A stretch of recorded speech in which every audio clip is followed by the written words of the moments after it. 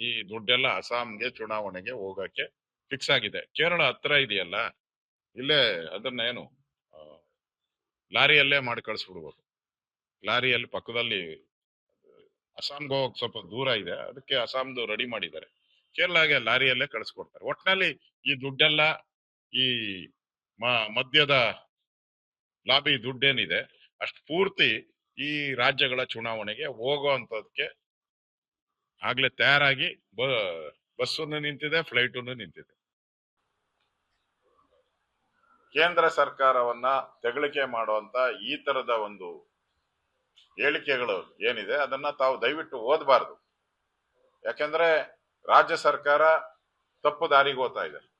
ಅದನ್ನ ಕಿವಿ ಹಿಂಡಿ ಬುದ್ಧಿ ಹೇಳುವಂತ ಅಧಿಕಾರ ಗವರ್ನರ್ಗೆ ಇದ್ದೇ ಇದೆ.